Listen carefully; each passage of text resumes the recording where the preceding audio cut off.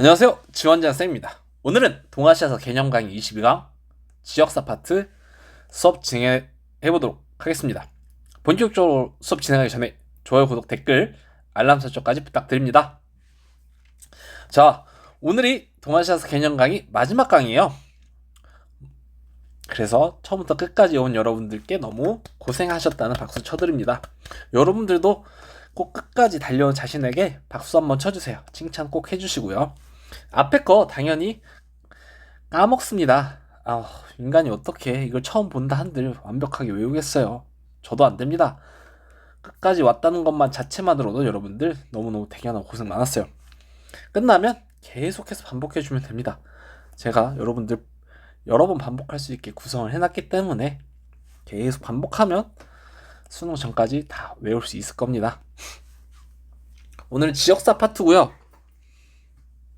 동아시아사는 특히 지역사 문제가 겨우 6구 수능이든 매번 한 문제씩 나와요. 그렇기 때문에 지역별로 특징을 잘 정리해 둬야 되고요. 지금 할 거는 지도에 지명 채우기부터 할 건데 이거 왜 해야 되냐요? 라고 물어보는 사람 있을 테지만 해야 됩니다. 지도에서 지역 고르는 문제가 매년 하나씩 나와요. 볼게요. 이게 작년 수능입니다. 지도에서 광저우를 골랐어야 하는 문제예요. 그 다음 재작년 수능 25학년도 수능에 가 인천, 다 나가사키, 나 난징. 물론 이제 지역에 대한 설명은 줬지만 지도를 통해서 이 위치가 어딘지도 알았어야 하고요. 특히 이제 인천은 강화도 조약을 통해서 개항했다라고 나오죠. 강화도 조약을 통해서 개항된 게 세 군데예요. 근데 그 중에서 요 서쪽 끝이 인천인지 알았어야 하는 문제입니다. 오케이? 그래서 역시 지도에서 지역을 알았어야 하는 문제고요. 재작년에도 등장했습니다. 재작년에는 교역망의 발달 파트에 있어요. 그래서 이 교역망 발달 파트에서 마카오 관련된 설명을 해줬고요. 그 마카오에 대한 위치를 지도에서도 골라봐라. 그래서 여기 5번 마카오를 골라야 했던 문제입니다. 24학년도 수능부터 3년 연속 등장했죠. 여러분 보여드렸어요. 하셔야 됩니다. 나중에 할래요. 저는 안 해도 괜찮아요. 혼나요. 꼭 하셔야 됩니다. 아시겠죠? 자, 그럼 한국부터 한국, 중국, 베트남 갔다 일본 갈게요. 오케이? 일본부터 할까? 일본부터 할게요. 자, 여기 맨 아래쪽 섬 왼쪽에 있는 곳이 나가사키입니다. 글씨. 여기가 교토.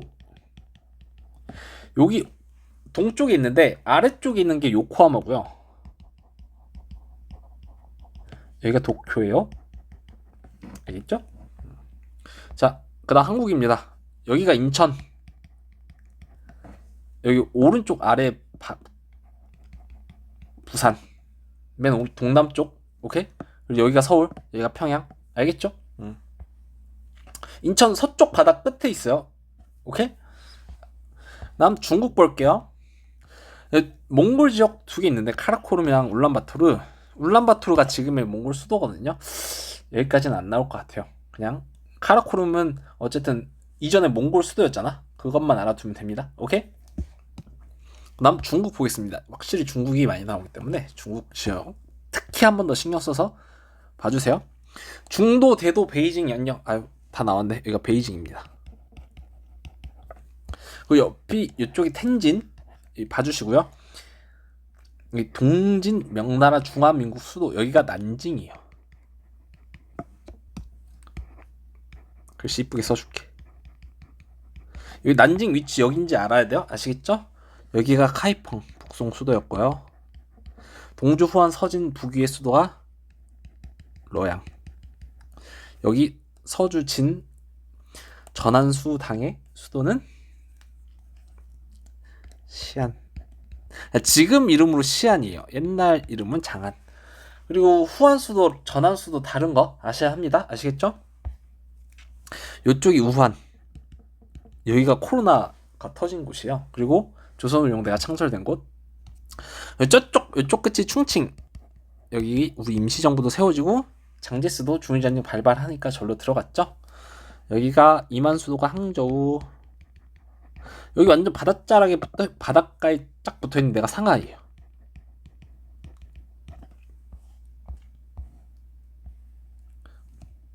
그리고 이제 남쪽에 오면 요쪽 오른쪽에 있는 것이 홍콩, 중간에 요 위쪽이 광저우, 여기 맨 왼쪽이 마카오예요. 그래서 물론 이제 이 세 지역을 동시에 지도에 찍진 않아요.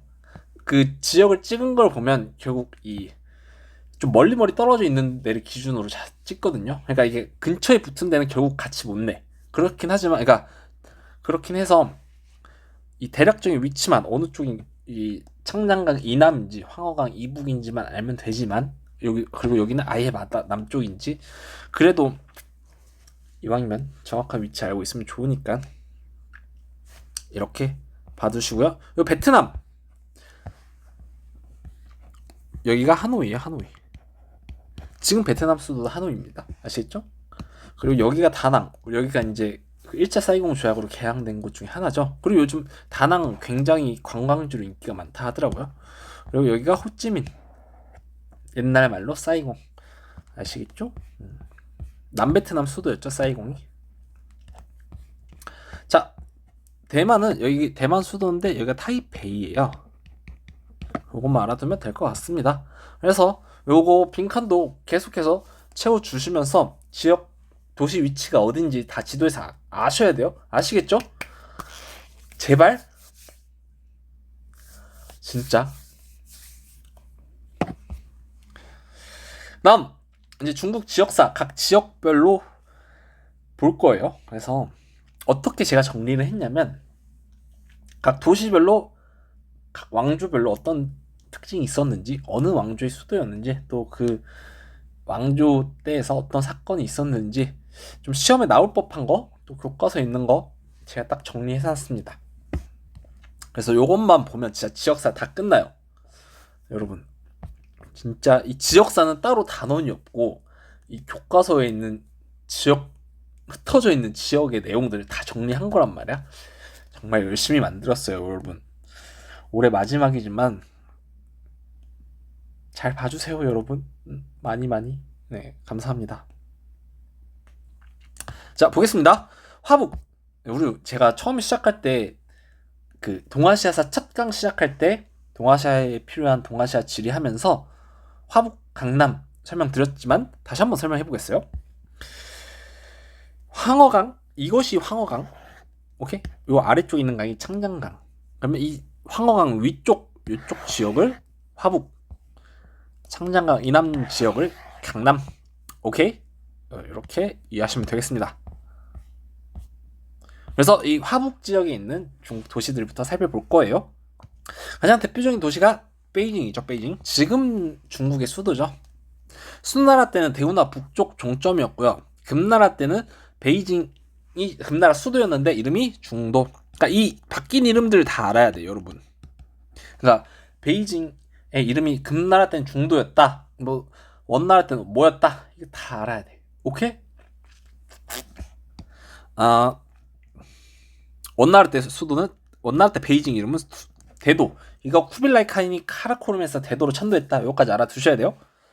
여기 고려가 만권당이라는 도서관도 설치합니다.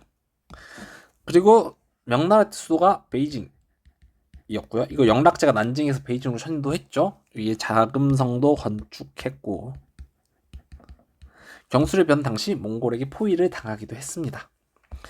청나라 보겠습니다. 청나라 수도는 역시 베이징인데 이름이 연경.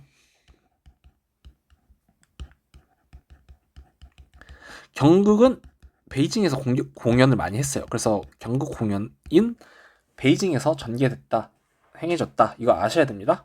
그리고 명청식이 최대 소비 지역이고요. 대은하를 통해서 강남의 쌀이 북쪽으로, 베이징을 통해서 화북 지역으로 들어왔다. 이것도 아셔야 됩니다. 이거 명청식이 있었던 일이에요. 그 다음에 우리 조선에서 간 연행사의 최종 도착지예요. 연행사는 어쨌든 황제를 만나러, 청나라 황제를 만나러 가는 사절단이기 때문에 청나라 황제가 있는 연경까지 갔어야 됩니다. 오케이? 그리고 베이징 조약을 체결해요. 1860년에. 베이징에서 체결하니까 베이징 조약이겠죠? 그리고 경사대학당 베이징에 설립되고요. 신축조약도 베이징에서 체결됩니다. 신축조약. 글씨 너무 마음에 안 든다. 그리고 신축조약 당시 외국 군대가 중국에 주둔하기로 했는데 이때 이 외국 군대들이 베이징에 주둔해요. 아시겠죠? 그리고 중화민국은 베이징 정부랑 국민당 정부랑 나눠서 보면 되는데 베이징 정부의 수도였어요. 그래서 수도가 베이징이고요. 이때 5.4 운동이 베이징에서 발발합니다.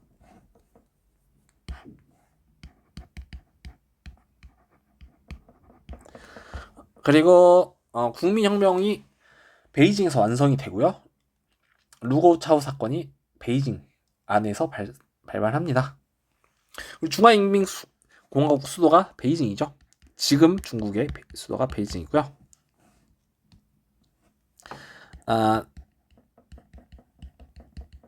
테난먼 사건도 베이징에서 발생합니다. 텐진 조약으로 텐진 조약이 체결됐고요. 베이징 조약으로 텐진이 개항돼요. 이 차이 좀 알아두면 좋을 것 같아요. 다음 러양. 동주의 수도가 러양이에요. 서주의 수도 호경에서 동주의 수도 러양으로 옮겨졌다. 이렇게 아시면 될 것 같고요. 후한의 수도도 러양이고요. 북위 수도도 러양. 이때 효문제가 천도했죠. 평생에서 러양으로 하나 정책 실시하면서 그것도 알아두면 좋을 것 같고 롱먼석골도 축조되었다. 이렇게 알아두면 될 것 같습니다. 그 다음 화북지역 계속 볼게요. 카이펑 북송 때 수도였죠. 그래서 수도가 카이펑. 그래서 북송 수도 카이펑이었고 금나라의 공격을 받아서 강남 항저우로 수도를 옮겼고 금나라도 수도가 아까 중도였다라고 배웠죠. 근데 금나라도 원나라의 공격을 받아서 중도에서 카이펑으로 천도를 합니다. 그래서 이것도 알아둡시다. 시안 볼게요. 서주의 수도가 호경인데 호경이 시안이에요. 그래서 서주 수도도 호경이다. 그리고 진시황의 진나라 수도가 세냥인데 시안 바로 옆이에요. 이거 알아두고 한나라 수도 장안, 수나라 수도 장안, 당나라 수도 장안.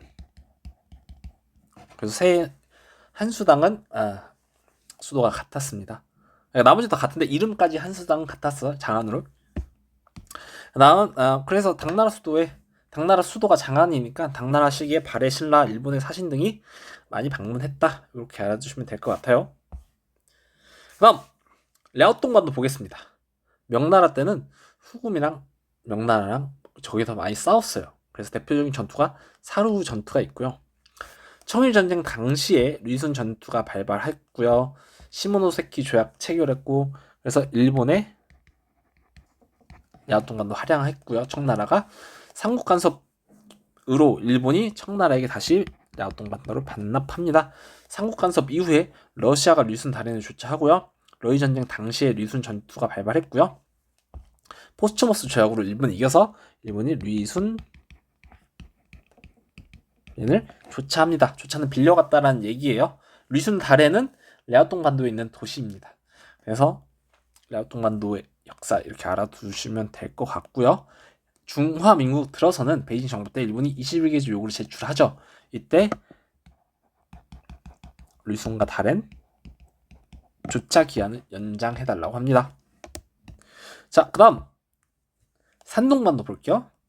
발해관, 신라관 이런 걸 설치했고요. 장보고가 적산 법화원을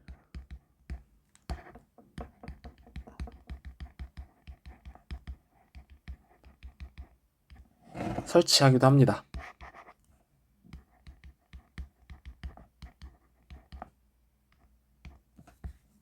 글씨가 마음에 안 드네요. 그리고 의화당 운동이 청나라 때 산동반도에서 봉기했고요. 독일 조차지였어요. 그리고 이걸 가지고 일본이 뭐 점령했다가 21기 요구 제출했다가 파리 강화도 회의했다가 워싱턴 회의까지 간 거예요. 아시겠죠? 그리고 중화민국 때 국민혁명을 전개하고 있는데 일본이 산둥반도로 출병을 했다. 이 정도 이렇게 알아두면 될 것 같고요. 만주 지역 보겠습니다. 청나라는 여진족 애들이 만주에서 거주했어요. 그래서 이 여진족 애들 여러분 근데 그 왜 청나라인데 여진족이라고 하는지 궁금하죠? 얘네들이 후금 건국 때까지만 해도 여진족이었거든요. 근데 청나라 건국 이후에 이름을 만주족으로 바꿔요. 그래서 사실 같은 애들이다. 이름만 바뀌었다. 이렇게 아시면 될 것 같아요. 당시 후금의 수도가 허투알라였습니다. 허투알라도 나왔으니까 알아두시고요. 그리고 청나라 때 의화당 운동 진압 과정에서 러시아군이 만주에 주둔을 합니다. 그리고 중화민국 당시에 만주 사변이 있었죠. 만주에서. 그래서 만주국도 일본이 세웠고요. 그다음에 리튼 조사단까지 일본이 지금 만주로 파견을 합니다. 그리고 양세봉의 조선혁명군이 남만주에서 지청전의 한국 독립군이 북만주에서 그리고 동북 항일연군도 만주에서 활동을 했습니다. 만주도 이 정도까지 알아두면 돼요. 아시겠죠? 자, 그 다음 이제 강남 지역의 도시들 볼게요. 중국에서 난징, 동진의 수도가 난징. 그때 이름은 건강이었죠. 건강. 오케이. 자, 그 청나라 때는 태평천국 운동 수도였고요. 그리고 이제 1차 아편전쟁 결과 난징 조약을 난징에서 체결했고요. 양문동 때 금릉 기기국이 설치되기도 했습니다. 중화민국 수립할 때 순원이 중화민국 수립할 때 수도가 난징이었어요. 그리고 국민혁명 완수 후에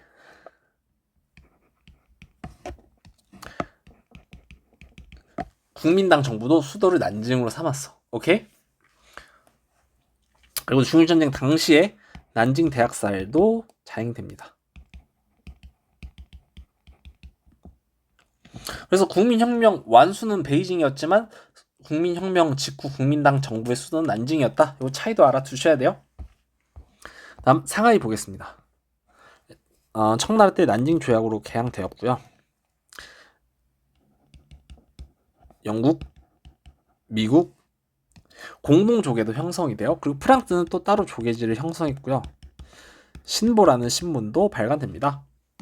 그 다음 중화민국 때 베이징 정부 때 대한민국 임시정부가 상하이에서 수립됐죠. 그리고 530 사건도 발발하고요. 국민혁명 당시에 장제스가 상하이 쿠데타를 일으키기도 합니다.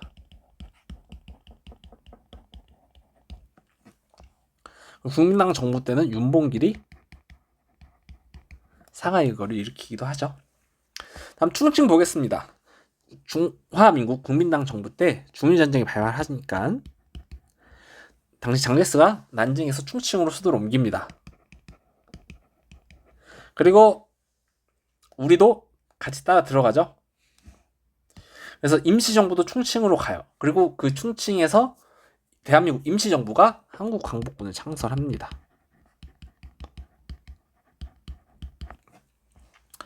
다음 항저우 보겠습니다. 수나라 때 대운하 남쪽 종점이었고요. 남송의 수도가 항저우였어요. 이만이라고 하죠. 그냥 이만. 그리고 송원 때 시박사를 설치하기도 합니다. 그리고 당송원 때 광저우에 시박사 설치, 이게 그러니까 왜 이렇게 되냐 이렇게 생각할 수 있는데 당나라 때 시박사를 광저우에 설치를 한 거예요. 그리고 송나라랑 원나라 때는 여러 해안 도시에 시박사를 확대 설치해. 근데 그 대표 중에 하나가 항저우인 거야. 오케이? 그래서 당나라 때는 항저우에 시박사는 없어요. 당나라 때는 광저우에만 시박사가 있어. 아시겠죠? 이 차이 알아두시면 되겠습니다. 그리고 광저우 청나라 때 공행을 설치했고요. 그리고 난징 조약으로 광저우도 개항됩니다. 그리고 국민혁명이 시작된 지점이 광저우이기도 해요. 아시겠죠?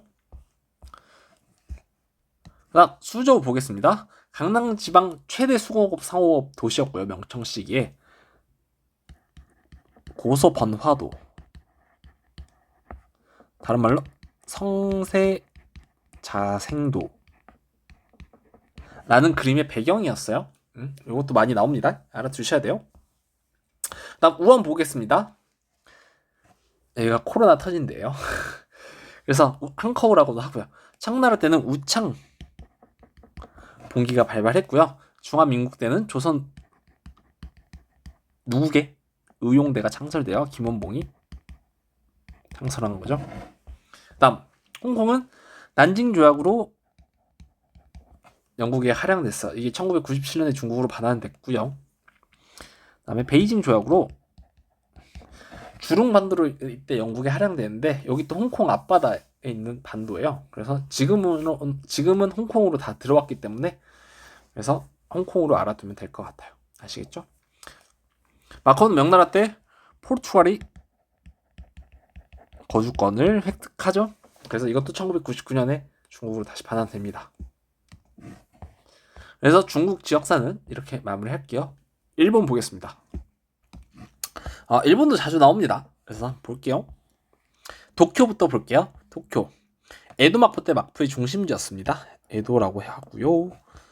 그리고 우리 통신사, 조선 통신사의 최종 목적지였고요. 에도 막부 중 3도 중에 하나였습니다. 그래서 인구 100만 명의 대도시였고 산킨코타이 제도, 전국의 다이묘들이 모였다 이렇게 보시면 될 것 같고요. 수도는 그리고 메이지 정부 들어서 수도가 도쿄였습니다. 그리고 도쿄, 요코하마 철도가 개통되었고 긴자 거리를 조성하기도 합니다. 그리고 도쿄 대학도 설립되었고요. 수도는 여기서 아주 하치네. 아니다. 쏘리. 중국 동맹회를 결성했고 아주 하치네가 여기서 결성되기도 해요. 여기 반제 동맹이었죠. 그리고 이봉장에 도쿄 의거도 있고 연합국 최고사령부도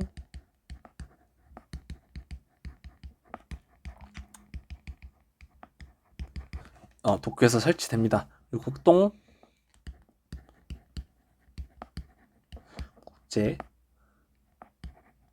군사 재판, 도쿄 재판이죠. 또 설치됐고 도쿄 올림픽도 여기서 개최됩니다. 그다음 교토 볼게요. 교토는 헤이안 시대 수도였어요. 그래서 당시에는 헤이안쿄라고 불렀고요. 막부의 중심, 무로마치 막부 때 막부의 중심지였어요. 그래서 무로마치입니다. 에도 막부의 3도 중에 하나였습니다. 요코하마 볼게요. 요코하마는 에도 막부 때 미일 수호 통상 조약으로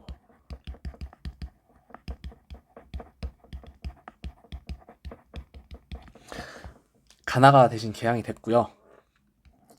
메이지 정부 들어서는 요코하마 마이니치 신문을 발간하기도 했고 위에서 얘기했듯이 도쿄 요코하마 철도도 개통되었습니다. 자, 나가사키 볼게요. 에도 막부 때 히라도에 상관을 설치했고요. 나가사키 안에 있는 히라도요. 그리고 대지마를 건설하고요. 여기 역시 미일 수호 통상 조약으로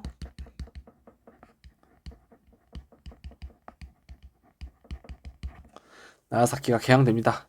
2차 세계대전 당시 미국이 원자폭탄을 투여한 곳이기도 해요.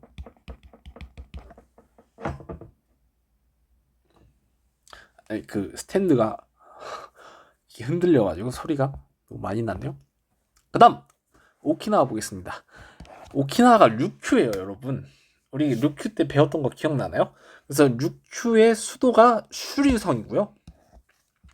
나하가 류큐의 국제 무역항이에요. 그래서 이게 둘이 같은 겁니다, 여러분. 아셔야 돼요. 이게 메이지 정부 들어서 메이지 정부가 류큐를 오키나와 현으로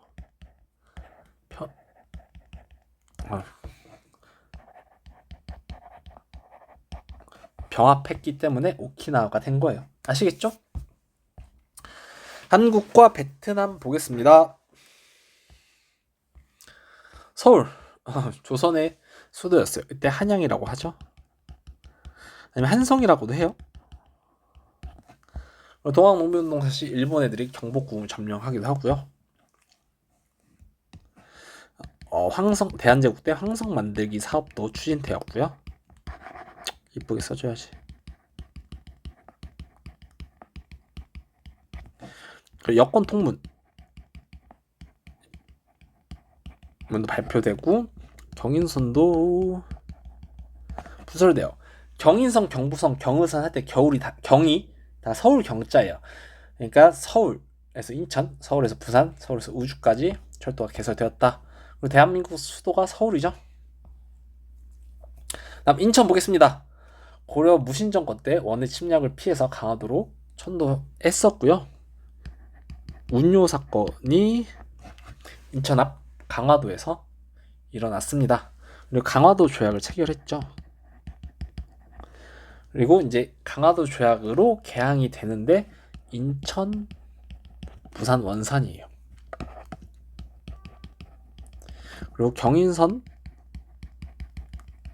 서울에서 인천 가는 철도이기 때문에 부설됩니다. 러일 전쟁 다시 제물포 전투가 발발했기도 해요. 그리고 대한민국 땐 6.25 전쟁 당시 인천 상륙 작전이 전개되기도 했습니다. 부산 조선시대 때 삼포가 설치된 곳이고요. 임진왜란 당시 일본이 부산포를 공격하면서 임진왜란이 발발했고 초량 외관을 여기다 설치하죠. 그리고 역시 강화도 조약으로 부산이 개항됩니다. 그리고 경부선이 부설되기도 했죠. 다음 개성 고려 수도였고요. 개경 조선시대 땐 송상이 활약했고 북한이 개성공단을 조성하기도 합니다. 한국은 이걸로 보면 될 것 같고요. 베트남 보겠습니다. 하노이 전 왕조의 수도인데 전 왕조 수도가 탕롱이에요. 탕롱은 선지로 종종 나오거든요. 알아두셔야 되고 북베트남의 수도였고요. 지금 통일된 베트남의 수도이기도 합니다. 그래서 지금 수도도 하노이예요. 다음 사이공 여기가 일체 사이공 조약이 체결되었고요. 남베트남 수도였기도 했습니다. 그리고 지금은 호찌민으로 이름이 바뀌었어요. 1차 사이공 조약으로 프랑스에게 할양한 지역이 코친차이나 동부 삼성입니다. 그리고 1차 사이공 조약으로 개항한 항구가 다낭, 바랏, 꽝행이용. 그래서 베트남은 이 정도 알아두면 될 것 같습니다. 자, 그 다음 끝이 아니에요, 여러분. 끌려고 그랬죠? 그 다음 영토 분쟁에 관한 내용인데 이거 수특에도 매년 나오고요. 교육청 모의고사에는 가끔 나와요. 종종 나와. 근데 평가원에는 한 번도 안 나왔어. 그리고 아마 이게 약간 좀 민감한 문제라 안 나오는 것 같기도 해. 근데 안 하자니 찝찝해. 안 나올 것 같은데 내 생각에도 안 나올 것 같아. 평가는 이런 문제 잘 안 내더라고요. 근데 수특에 매년 있단 말이지. 문제로 나와. 그리고 뭐 교육청에도 나오는데 뭐 이러다가 진짜 혹시나 올해 만약 나와버리면 어떡해? 그래서 찜찜하니까 하겠어요. 오케이? 그래서 우리 교과서에 등장하는 영토 분쟁은 총 4군데입니다. 여기가 남쿨 열도고요. 여기가 센카쿠 열도. 열도는 작은 섬들이 이렇게 뭐 여러 개가 이렇게 나열되어 있다는 뜻이에요. 그렇게 나열된 섬들을 열도라고 합니다. 여기가 시사, 난사. 군도는 이렇게 여러 작은 섬들이 무리를 이루고, 그러니까 약간 이렇게 좀 뭉쳐져 있다 이런 뜻이에요. 그래서 요 위치부터 일단 알아둡시다. 아시겠죠? 그리고 이제 각각의 내용을 볼 건데 교과서에 있는 내용도 제가 싹싹 긁어왔습니다. 요거 있으면 뭐 다른 거 볼 필요 없어요. 다만 뭐를 좀 봐주면 좋을 것 같냐면 어느 국가가 시료 지배하고 어느 국가가 대립하고 있는지, 그리고 조금 좀 딥하게 들어가면 이 대립하는 국가들은 각각 어떻게 부르는지까지 알아두면 좋을 것 같아요. 아시겠죠? 난 낭쿠리를 또 보겠습니다. 러시아가 시료 지배하고 있어요. 그러니까 실질적으로 지배하고 있다라는 걸 시료 지배라고 해요. 분쟁 국가는 러시아랑 일본입니다. 그래서 러시아는 이걸 남쿠릴 4개 섬, 일본은 북방 4개 섬 이렇게 부릅니다. 아시겠죠? 그 다음 센카쿠 열도는 일본이 시료 지배하고 있어요. 중국, 일본, 타이완이 싸우고 있고요. 일본은 센카쿠 열도, 중국은 다오이다오 및 부속도서라고 부릅니다. 그 다음 시사군도는 중국이 무렵 점령 이후 시료 지배를 하고 있어요. 네, 중국, 베트남, 타이완이 싸우고 있습니다. 그리고 중국은 시사군도, 영어로는 파라셀군도, 베트남은 호황사군도 이렇게 부르고 있어요. 그리고 여기 난사군도 맨 마지막에 있는 건 중국, 베트남, 타이완, 필리핀, 브루나이, 말레이시아 등등 여러 국가들이 싸우고 있습니다. 그래서 중국은 난사, 영어로 스플래틀리, 베트남은 찌엉사, 필리핀은 카라양 군도 이렇게 부르고 있어요. 그래서 만약에 나온다 하더라도 난사 군도가 제일 출제가 적을 것 같은데, 출제 가능성이 적을 것 같은데, 어쨌든 혹시 모르니까 알아두면 나쁠 거 없잖아요. 아시겠죠? 이렇게 해서 지역사까지 끝이 났습니다. 진짜 끝까지 잘 따라온 여러분들 너무너무 고생 많으셨습니다. 잘 마무리하고요.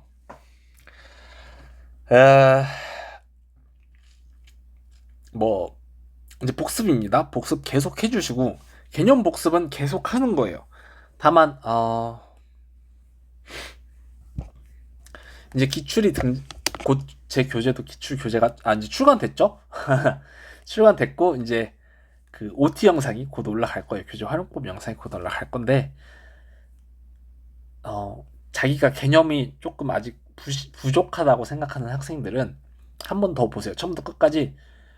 근데 이거 볼 때는 이제 혼자 봐도 되잖아. 강의 한 번 들었으니까 혼자 보되 너무 이해가 안 돼. 혼자서 이해해 보려고 했는데 하다가 모르는 부분만 강의를 찾아 들으면 돼요. 그리고 나머지는 그냥 처음부터 혼자 끝까지 본인이 직접 읽고 쓰고 계속 하면서 반복하면 됩니다. 1단계부터 6단계까지 그렇게 반복을 해서 한번 처음부터 끝까지 봐주시고, 그래도 어느 정도 자기가 개념이 한 7, 80%는 됐다라고 생각하시는 분들은 기출을 보면 돼요. 그래서 기출 보면서 그 기출 풀면서 틀린 문제나 모르는 선지나 틀린 내용들에 대해서는 개념을 다시 복습하면 됩니다. 그렇게 복습해주세요.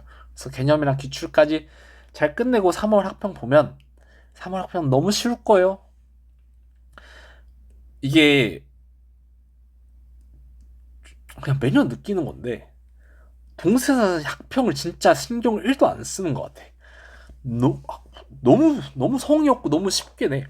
하다못해 그러니까 국영수는 진짜 신경 많이 쓰는 게 느껴져요. 물론 제가 직접 다 풀진 않지만 뭐 다른 선생님들, 강사분들 이렇게 해설 강의 들으면 3월 학평 막 평가원에 준하는 난이도다, 퀄리티 좋다 이런 얘기를 종종 듣거든요. 그리고 뭐 윤리나 이런 것도 어렵다 할 때도 많이 느꼈는데 동세서는 한 번도 그렇게 뭐 평가원 어려운 건 둘째치고 평가원 출제 기도 따라가 보려고 한 적도 없고요. 그냥 뭐 키워드 그냥 따닥 박아놓고 그냥 보이면 답이고 그런 수준이에요. 그러니까 이제 뭐 우리가 6구 수능에 비하면 학평은 진짜 난이도가 낮아요. 그래서 물론 뭐 어려운 학생들도 있겠지만 여러분들이 좀 충분히 개념이랑 평가원 기출을 잘 다져 놓으면 학평은 굉장히 쉬울 겁니다.